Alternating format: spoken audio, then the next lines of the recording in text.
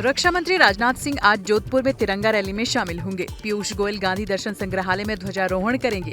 लखनऊ में सीएम योगी भी मुहिम की शुरुआत करेंगे। आरएसएस ने अपने सोशल मीडिया अकाउंट पर तिरंगे वाली डीपी लगाई। संघ प्रमुख ने भी डीपी में तिरंगा लगाया। बिहार के मुख्यमंत्री नीतीश कुमार ने बताई बीजेपी से गठबंधन टूटने की वजह। बोले बिहार कोटे से केंद्र में 4 मंत्री पद मांगे थे, लेकिन मिला एक, वो भी आरसीपी सिंह।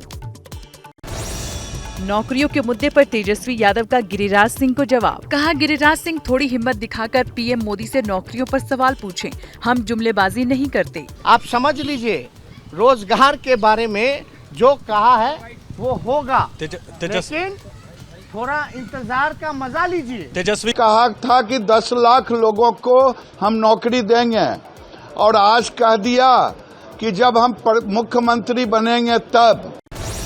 तेजस्वी यादव पर जमकर बरसे गिरिराज। कहा, टीका और चुटिया रखना संस्कार होता है, जरा टोपी और दाढ़ी पर टिप्पणी करके दिखा दे। चोटी तो हमारी संस्कृति और तिलक मेरी पहचान है, इसे कोई मजाक ना उड़ाए। अगर किसी को हिम्मत हो तो किसी की दाढ़ी और टोपी पर मजाक उड़ा सकता है क्या?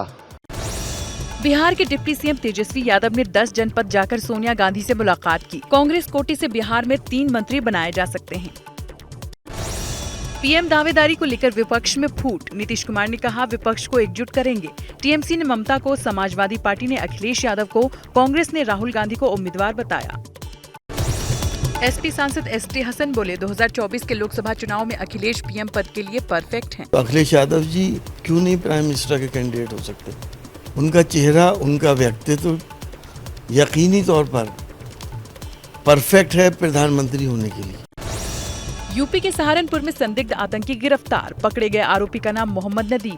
आरोप है कि नदीम को आतंकी संगठन जैश-ए-मोहम्मद ने नुपुर शर्मा की हत्या करने का काम दिया था। बिहार बीजेपी अध्यक्ष संजय जायसवाल का बड़ा आरोप। कहा, बिहार के बड़े अधिकारियों का पीएफआई से कनेक्शन।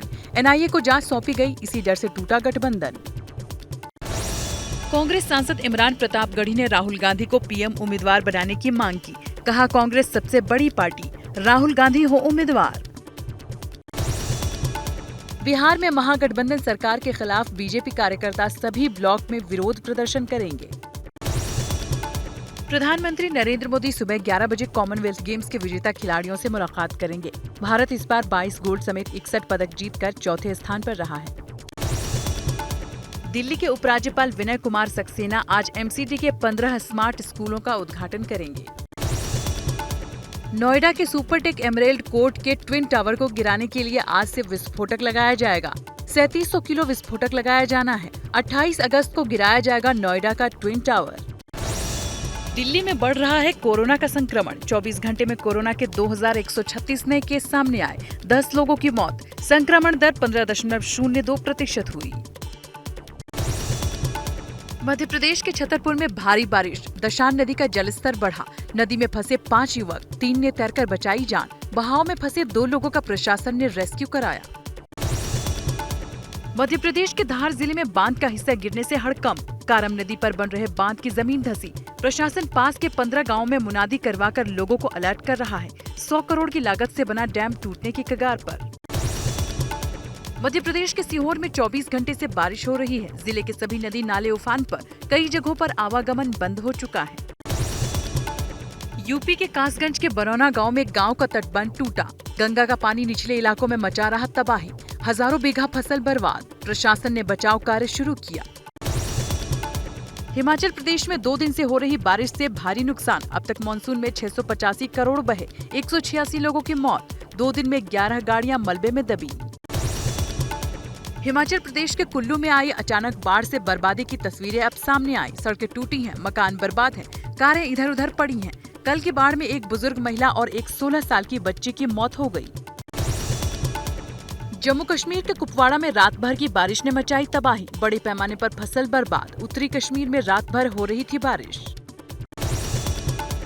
जम्मू कश्मीर के उधमपुर में लगातार हो रही बारिश से नदियां उफान पर। जगह जगह जल जमाव। बरसाती पानी में सड़कें डूबी।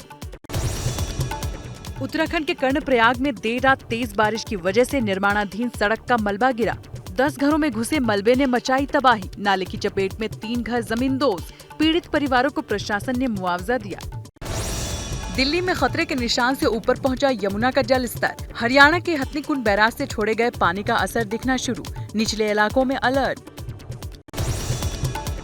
जम्मू कश्मीर के राजौरी में आतंकी मुठभेड़ में शहीद हुए 4 जवानों का आज उनके पैतृक गांव में अंतिम संस्कार होगा। अमृत महोत्सव वर्ष के अवसर पर देश भर में स्वतंत्रता उत्सव की भावना देखी जा रही है। छत्रपति शिवाजी महाराज टर्मिनल स्टेशन और मुंबई नगर निगम भवन को तिरंगे से रोशन किया गया। यूपी के इटावा में आजादी के अमृत महोत्सव के तहत हर घर तिरंगा अभियान के तहत एसएसपी ने जुमे की नमाज पढ़कर निकल रहे नमाजियों को जागरूक करते हुए तिरंगे झंडे बांटे। भोपाल में हर घर तिरंगा मुहिम के तहत आईडीबीआई बैंक के कर्मचारियों ने निकाली रैली, दिखा देशभक्ति का रंग, लोगों को अपने घरों पर तिरंगा लगाने के लिए दिया संदेश। बिहार के हाजीपुर में सरकारी अस्पताल की बड़ी लापरवाही, अस्पताल के प्रसव वार्ड से गायब हुई बच्ची। अस्पताल प्रशासन ने कहा बच्ची के गायब होने की जिम्मेदारी अस्पताल की नहीं। बच्ची के गायब होने के बाद परिजनों का रो रो कर बुरा हाल। नई एयरपोर्ट पर 100 करोड़ की ड्रग्स के साथ पकड़ा गया युवक। इकबाल भाषा नाम का युवक इथियोपिया की राजधानी अदीस अबाबा की एयरलाइन से भारत पहुंचा था। 9.5 किलो कोकीन और हेरोइन सीज। यूपी के कुशीनगर में 2 युवकों ने अपने छत पर फहराया पाकिस्तानी झंडा। कुछ लोग मना करते रहे लेकिन नहीं माने युवक। दोनों आरोपियों को गिरफ्तार कर लिया गया है। बिहार के छपरा में फिर जहरीली शराब से हड़कंप। जहरीली शराब से 6 लोगों की मौत। कुछ दिन पहले 13 लोगों की मौत छपरा में ही हुई थी। जयपुर में नशे में धुत एयर होस्टेस ने अपने दोस्त के साथ मिलकर सड़क पर किया हंगामा, कार के शीशे भी तोड़े, पुलिस ने हिरासत में लिया। यूपी के रामपुर में आईएसआईएस की धमकी भरी चिट्ठियों के मामले में खुलासा। चिट्ठी भेजने वाला गांव का ही युवक यूपीएससी की तैयारी कर रहा था। आरबीआई ने जारी किया सर्कुलर, लोन रिकवरी एजेंट अपना व्यवहार सुधारे, ग्राहकों को धमकाने प्रताड़ित न करे। 3 साल में तेजस ट्रेन से 63 करोड़ का घाटा, रोजाना खाली रह जाती हैं 200 सीटें। 2019 से 2022 के बीच इसका अस्थायी रूप से 5 बार परिचालन भी बंद किया जा चुका है। फोर्टिफाइड चावल योजना के दूसरे चरण में अप्रैल से अब तक पीडीएस के जरिए बांटा गया 6,83,000 टन चावल। दूसरे चरण में लगभग 52% जिलों में खाद्यान्न लिया है। सरकार के मुताबिक जून के मुकाबले जुलाई महीने में महंगाई दर थोड़ी कम हुई। 7.01% से 6.71% पर आई महंगाई। उद्योग उत्पादन में भी मामूली बढ़त। बैंकिंग एनर्जी स्टॉक्स में खरीदारी के चलते हफ्ते के आखिरी दिन हरे निशान पर बंद हुआ बाजार। सेंसेक्स 130 अंकों की तेजी के साथ 59,462 अंकों और निफ्टी 39 अंकों की तेजी के साथ 17,698 अंकों पर बंद हुआ। एयरटेल का सबसे सस्ता 1799 रुपए का रिचार्ज प्लान। इस प्लान में यूजर्स को कुल 24 GB डेटा मिलेगा। अनलिमिटेड लोकल एसटीडी और रोमिंग कॉल्स मिलेंगे। इसके अलावा कुल 3600 SMS का भी बेनिफिट मिलेगा। सरकार की बड़ी तैयारी, सस्ते हो सकते हैं फोन और टैब। सरकार कर रही है केवल 2 तरह के चार्जर पोर्ट पॉलिसी की तैयारी। 17 अगस्त को होगी बैठक। बीएसएनएल का इंडिपेंडेंस डे ऑफर 275 रुपए में मिलेगा 599 रुपए वाला रिचार्ज प्लान। 449 रुपए, 599, 999 रुपए के बीएसएनएल भारत फाइबर प्लान के साथ मिलेगा ऑफर।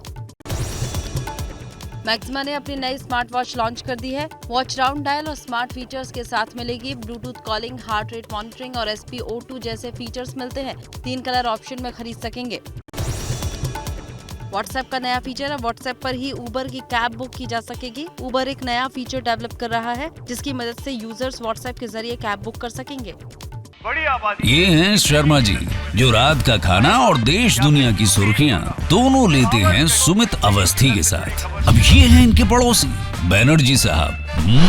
मिष्टी दोई खाते खाते पूरा बंगाल जान लेते हैं सुमन दे के साथ। इनकी तरह आप भी देखें अपने फेवरेट न्यूज एंकर को एक ही ऐप पर और डाउनलोड कीजिए ABP लाइव ऐप अपने स्मार्ट टीवी पर।